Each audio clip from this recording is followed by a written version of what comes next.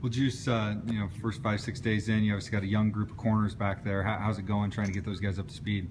I mean, it's a process. Those kids are starting, after a couple of days, they kind of got their feet wet and they're starting to understand how we do things. Now it's just continuing to push them in the classroom and making sure they know, the checks and things like that we're trying to do. But those kids are competing, they're working hard, and they're doing a good job. Not very often a group of true freshmen comes in and you can tell them at least one of you has to play this year. But what does that do for motivation and that kind of thing, knowing that at least someone's going to have to contribute out of that group? You know what? We did that when we recruited them. And every time we go recruit, we tell those guys we're not going to promise you anything, but if you come in, you compete, you do what we ask you to do, and you do a good job, you'll have a chance to play. And all those kids took it to heart, and they're out there working their butts off every single day. And so, for us as a staff, we're pleasantly surprised with some guys. They're making huge strides, and we got to continue to push the envelope with some other guys to see how much we can get out of them. You got Dion and Moxie and Ford, but after that, it's pretty young. How many more guys do you need to fill out the rotation, fill out special teams? We'll figure it out here in the next 2 weeks. We're very fluid back there, as you guys know from last year. So we got a couple guys who can do a couple different things, but we'll figure it out here over the next 2 weeks, and September 4th we'll figure out who we're going to battle with. You mentioned some of those young guys. Who has maybe caught your eye so far? I think Tyler Horton's a kid who's doing a good job. Obviously he came in, very humble, working hard, and so he's gravitating to the older guys that are helping him out, and he's starting to pick things up pretty quick. Darion Jackson's also another kid who came, to us from Kansas, and he's another kid who competes hard. He's tough, he's hard-nosed, and so those two kids are doing a really good job. And then you got Denzel Roddy and Ladero Blair, and they're really progressing too. So I'm anxious to see a scrimmage and see what those guys do actually in live action. Now Jackson, he switched over to corner for you guys? Yeah, we're playing him at corner right now. He was a kid that's been here through the summer, and we like some of his movements and things like that. And so, just figuring out, where those guys are going to play. But he's been doing a good job. Does Mercy see much time in the corner anymore? No, Mercy will be a nickel back for us. That's kind of his role. What has the competition been like among those guys since they got it? I mean, I assume they all know their situation. What have you seen out of that group of young guys since they walked into the campus? The one thing I really like about them is they're very humble. So they're all helping each other out. They're in the meeting rooms asking questions, and that's what you really want. And so the older guys are doing a great job of helping them out, bringing them along. But I like those guys as a group. They're a tight-knit group, and it's good to see when you have freshmen that come in and they know, some guys are going to have a chance to play, some guys are going to have to redshirt, but they're all helping each other out, and it's pretty neat to watch. What kind of role have Dante and Moxie played trying to, bring all these? I mean, even Ray's very new, so what have they done to kind of bring those guys along? Dante's a kid, obviously everybody knows he's played a ton of football, and so, for him, he's helping those guys every way he can. He's the guy in the room that has the most experience, and so he's seen a lot of things, and he's able to talk to those guys in meetings and just give them a different perspective, things he's seen and things that'll help. Moxie's a guy who's made tremendous strides since last year. He's really maturing, and so been happy where he's at so far in fall camp. And, those guys, they're really just older guys. And so, I made it a point this summer to let those guys know, in PRPs and summer workouts, you guys have to lead these young guys and teach them how we do things. And so they've gravitated to that, and it's good to see. With Moxie, last year kind of an up and down year for him. I mean, there were times where teams were just challenging him every time.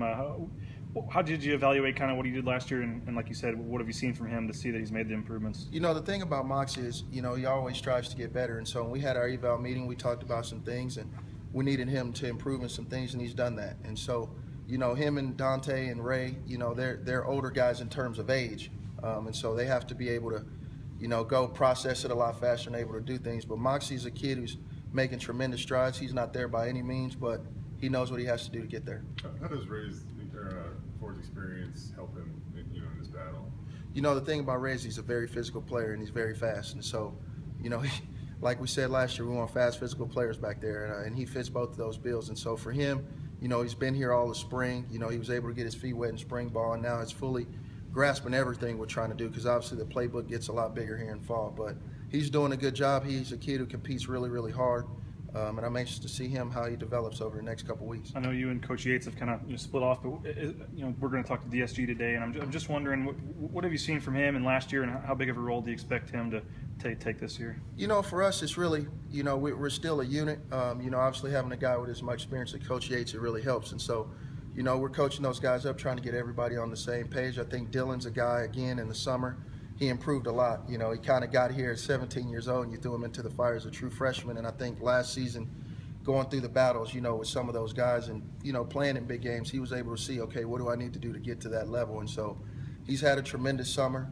He's off to a great start in fall camp, and so we're looking forward to seeing what he can do. How's that help the secondary that you guys, I think you're even doing separate meeting rooms now too, that you can focus on the corners and he's kind of focusing on the safeties? How do you think as a whole that transition's kind of helped? It'll be fine. We're able to get a lot more detail. There's still things that we do together, because we have to, but I think we can really hone in on some things. And really, for us, we have so many young guys. I mean, if you look back there, it's 8 new guys from last year, and so that's a lot of guys. And so we're able to slow things down. You're able to teach stuff at a slower pace for some of them, which really helps them. And, I think it'll help these young guys down the road. Coach Yates talked about trying to limit the big plays this year, and I think last year you guys gave up 8 touchdowns over 50 yards. What are the keys there, and how big is that to your defense where you have a great game and you blow one big play and it can change to the stat line for a whole game? Yeah, secondary, that's the thing, and we stress do your job, and that's really what we have to do. We have checks, we have keys.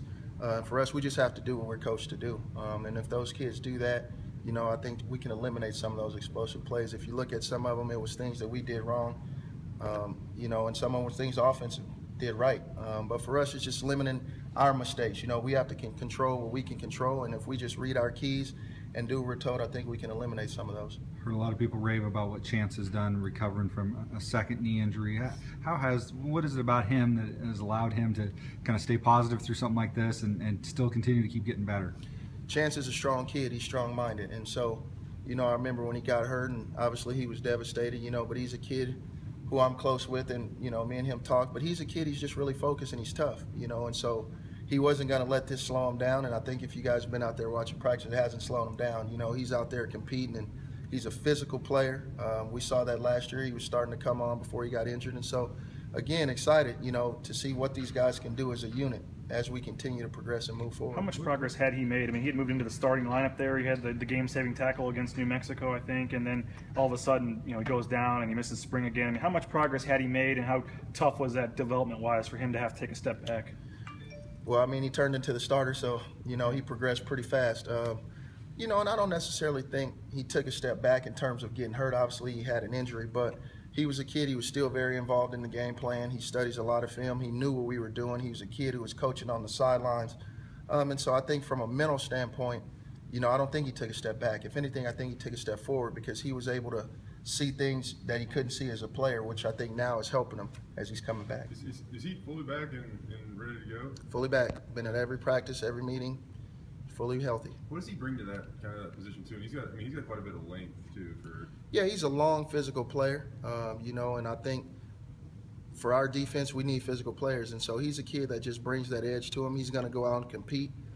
He's not going to back down, which we really, really like, and so, hopefully he can just continue to develop his movements and things like that and continue to progress here over the next 2 weeks. With Dante, he's obviously already accomplished a lot in his career here, but how can he take another step, I guess? He can take another step, and me and him met on those things. He's a kid, obviously, like you said, he's done a lot of things, but he has a lot of personal goals too, and I know what those are, and so we have to continue to work to try to get him to those goals. And again, he's a very driven kid. He's a competitor. That's what I love about him is he competes day in and day out, and every day for him is game day, and so I really like that about him, and I want him to pass that down to some of the younger guys. And so, he knows we got a ways to go, but hopefully we can get there. How do you look at this defense as a whole? There's so many individually talented guys, but last year maybe the team stats on defense weren't great. And I know, Marcel the first day saying, I don't know where this great defense talk came from. We got a lot of work to do. How do you look at this defense? And I guess the potential's there, but guys maybe need to put it all together. I think we have the potential to be a great defense. I think obviously everybody out in the public, they see these guys coming back and automatically assume that it's just going to happen. We're a long, long ways away from being a great defense. Like you said, we gave up too many explosive plays for touchdowns, and great defenses don't do that. So, we got to just continue to develop as a unit to continue to do our job, to play physical, to play fast, and then at the end of the season, let the chips lie where they may. But right now, we're a long, long ways away from being a great defense. Has it been easy to motivate the guys saying, the individual guys are back, you think all these starters are back, it should just be different, but you say, well, look at these stats from last year. We have a lot of areas to improve in. I think the one thing about our staff is we're very honest, and so those kids know we're very honest with them, and the thing I like is they're honest about themselves, so they know when we had good games and they know when we didn't play so well. And so for us, like I said, as coaches and as players, it's us continue to improve every day. doing our job, doing it to the best of our ability, and then see where things stack up at the end of the season. I know that you guys put a lot of trust in your cornerbacks and whatnot, and just the style you play. But having guys back like Dante and Moxie that have played so much, I mean, does their confidence and whatnot allow them to, I don't know, maybe probably one of the best cornerback duos in the league, but I mean, does it allow you guys to trust them a little bit more maybe this year even? Well, I think they have the potential. We didn't have one first-team All-League corner last year, so for those guys, they got to come out and work. And, I think they do that every single day. The thing that I trust is that they're going to prepare, and so that's the key for me is those kids are going to prepare whether you're Dante or Moxie or a true freshman. I need to know that you're prepared going into the game. And so as long as those guys continue to prepare and develop, I think they have a chance to have a good year. But like I said, we have to go out and we have to do it on the field.